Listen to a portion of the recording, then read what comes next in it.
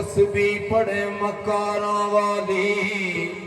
ते तू दाड़ी की ती चिटी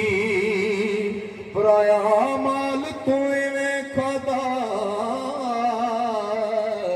पराया माल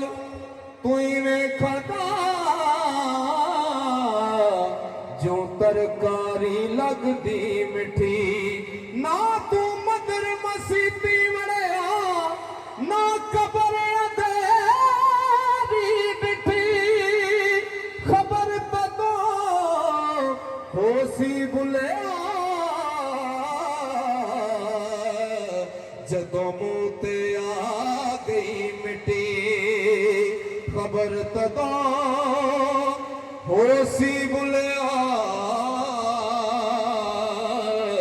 जदों मुंह ते आ गई मिट्टी पढ़ पढ़ इल्म हजार